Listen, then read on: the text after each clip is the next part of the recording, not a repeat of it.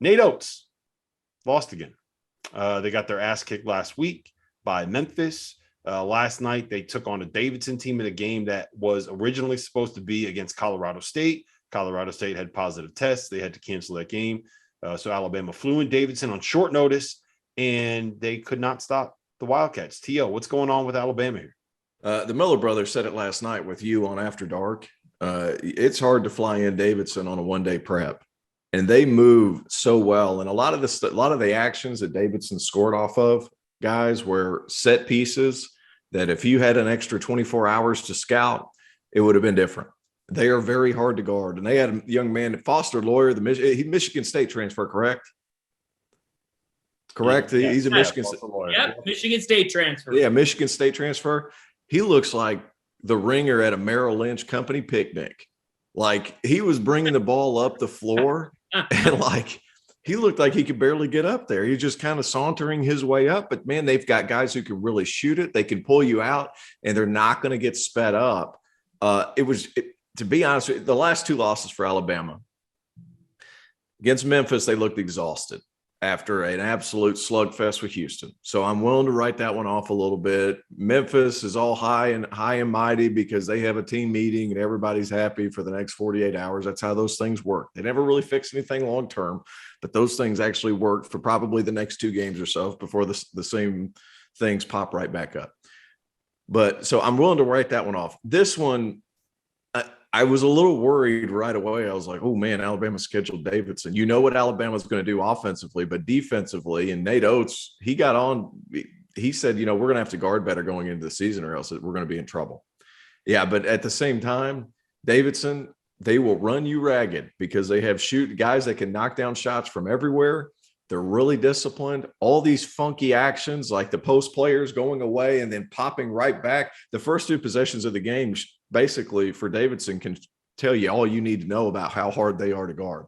And if you weren't adequately prepared against a Bob McKillop coach team, you can forget it. And they can beat anybody on any given night when you don't have enough time to prepare. And I thought that's kind of what happened for Alabama. And offensively, you wish they would have played to score some more points. But I don't even have the final score in front of me. But I mean, it was 79-78. They scored enough points. So Yeah. that's hardly getting your butt beat. Like it comes down to, scouting up is very difficult against Davidson. The problem is they gave up more than a point per possession against Gonzaga earlier this season. They gave up almost a point. I think it was 1.1 points per possession against Houston when they gave up 82 points in a game. They probably should have lost if a goaltending call was made correctly.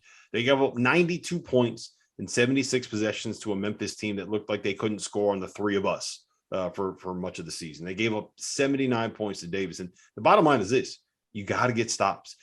Everyone talks about the pace that Alabama plays at. Everyone talks about the three-point shooting, about this system that Nate Oates has, about how efficient they are, how on the forefront of basketball and the development and the modern game and threes and all that stuff. You can talk about all that you want. Last year, Alabama was I think they finished 30th in offensive efficiency on KenPom. Last year, they finished third nationally in defensive efficiency on KenPom. They were an elite defensive team. They are not right now. And that is the difference between what this Alabama team is right now and what they were last season. And I mean, look, Nate Oates is right. You can't win if you don't get stops. Now, let's put it all in perspective.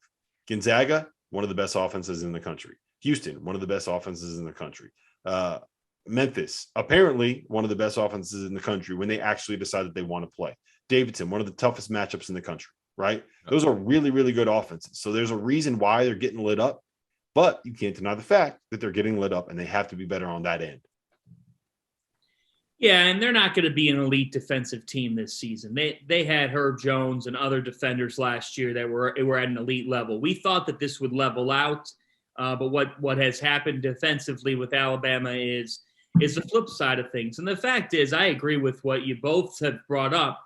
Bob McKillop is one of the more underappreciated coaches in the country. Yeah. And it showed last night. One-day prep for that offense is very difficult. Davidson now 9-2.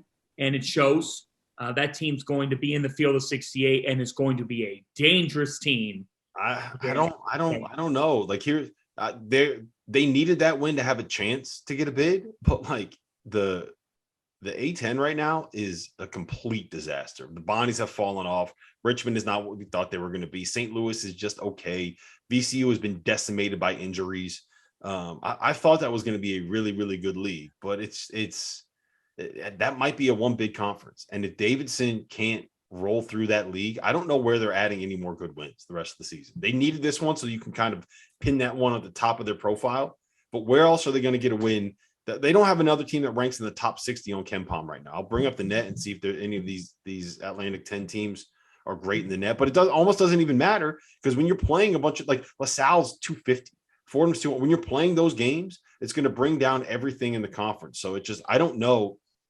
They needed this win to have a chance. I don't know if they're going to be able to get this thing done, man. I think 22 assists to 11 turnovers. They didn't get sped up. And Alabama relies on you getting sped up. And every time they tried to switch something, Davidson is so well schooled, they just had a counter. And they've got guys who can really shoot the ball, not one or two guys, that a lot more than that. Like, yeah, this was efficiency versus volume. Yes. Davidson goes 12 for 24 from 3. Alabama goes 12 for 36. And also, like, it was a 1-point game. Now, like at the end of the day, Davidson's a good basketball team, and they could roll their way through the A10. And guess what? If they roll their way through the A10, if that team is top 3 in the Atlantic 10 and doesn't have any terrible loss in the Atlantic 10, that team, if they make the Atlantic 10 final 2, and you have a road win in Alabama, they've lost to San Francisco and New Mexico State, I believe is who they've fallen to. Mm-hmm.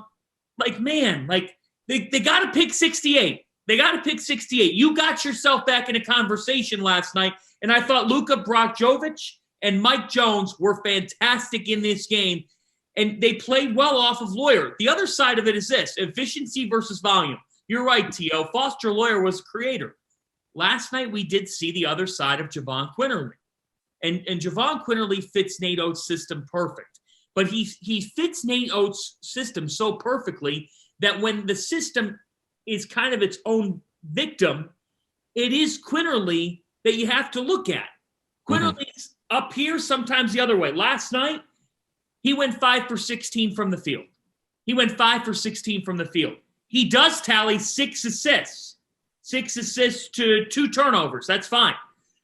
Javon Quinterly sometimes has to pull back the shot and understand that he's in a position where he's got to create shots for others, and he does a doggone good job of it.